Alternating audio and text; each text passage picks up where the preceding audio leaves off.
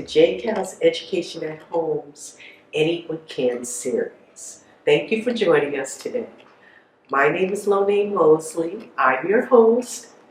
I'm an arts and education advocate, a writer, producer, director, artist, visual artist. I made these earrings, so if you like them, see the link below. And also I'm an entrepreneur. So today's episode, number 1, we're going to explore composition. Okay, we're going to talk about framing, angles, and basically getting your perspective on camera shots. Okay? We're also going to talk about lower thirds, headroom, white balancing, and various angles including wide, close-up, and medium shots. So let's dive right in. First of all, composition is based on the rule of thirds. So think about what a tic-tac-toe board looks like. Okay? Also, if you notice here on the image, you'll see a grid. Basically, that's the photographer's way of directing your eye to the focus point. Sometimes it's left, sometimes it's right. If it's a feature on a subject's face, or say it's a grassy field and there's a dog in the corner, it might be, to the left or to the right. It all depends on what your goals are for framing that shot. And of course, that applies to both photography and videography. I was once told that a creative photographer never just puts the subject in the middle, right? They either tend to be on the left or the right. Of course, right now we're in the middle because this is just an overview. But once we dig into the demonstrations using the cameras and so forth, we're going to also explore angles. Okay? So for right now, think about framing and composition in terms of, yes, the rule of thirds, the lower third. The lower third basically is where you might insert text or titles, a person's name or a subject, or sometimes in film you might see a day of the week or 2 days later or something like that, right? So it helps direct you on the timeline, or an interesting point of maybe what's to come or what's past or whatever, 10 years later, for example. So with all of that said, we've all seen directors do this, right? I'm sure you've seen a director do this or that. That means he or she, they're working on their framing and their composition to show the lens like what is inside of that frame.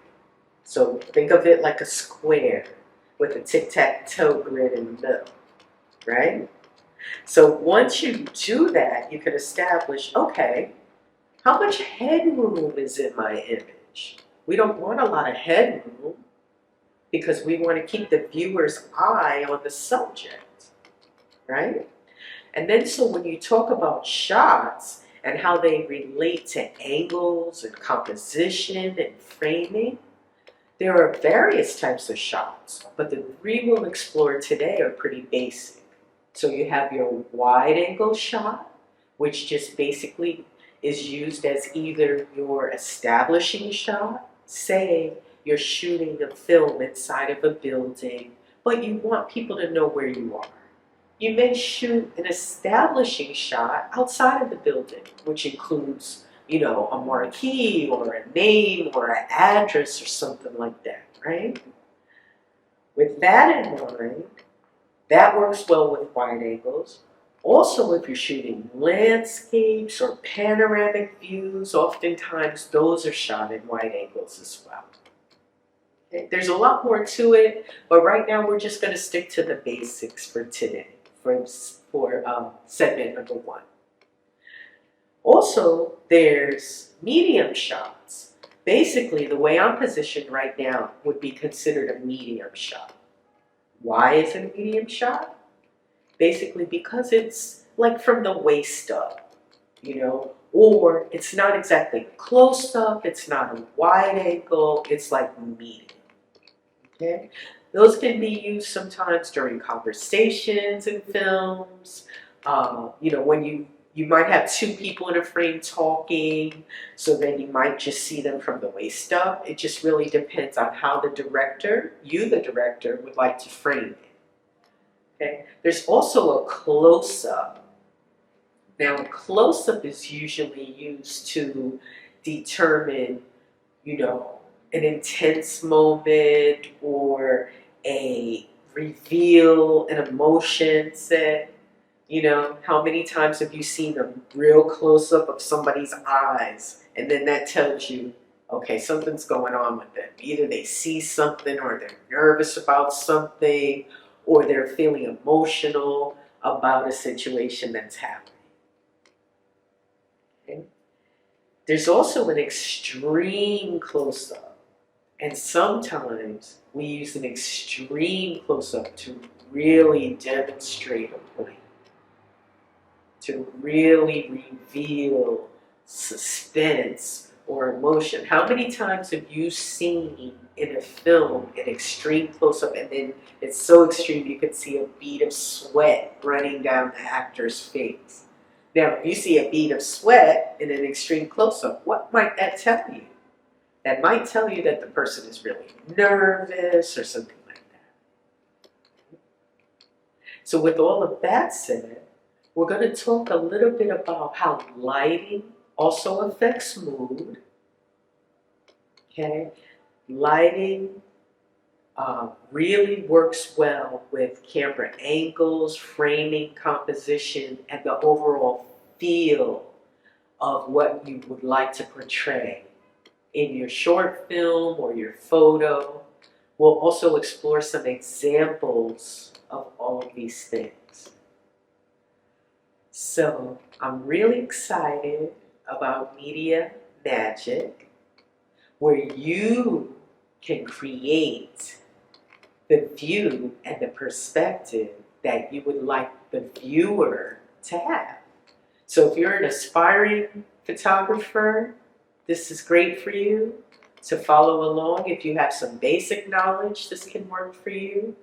Also, we are also going to be filming on a mirrorless Sony camera, but it's fine if you have a smartphone, an Android, an iPhone. We all know these phones actually have amazing camera quality and multiple lenses, so you can achieve the same results. You know?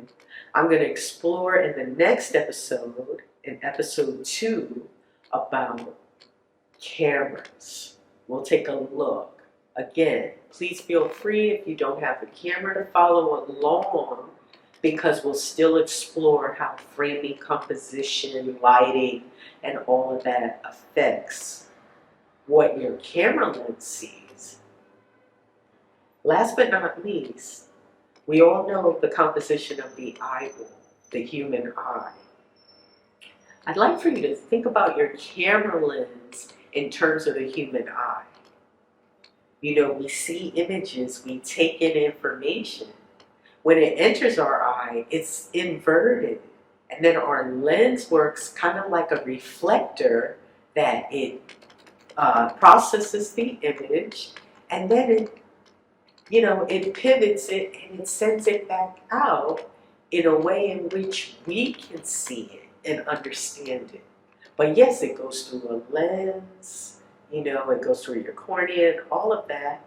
But I believe that the lens is composed so much like the eye. So again, I'm Lonai Mosley, your host. Thank you very much for joining us with episode 1 of JCAL's Home Education Series. Okay, anyone can. I want you to have fun with the series and also learn something. Thank you. Have a great day. See you in episode 2.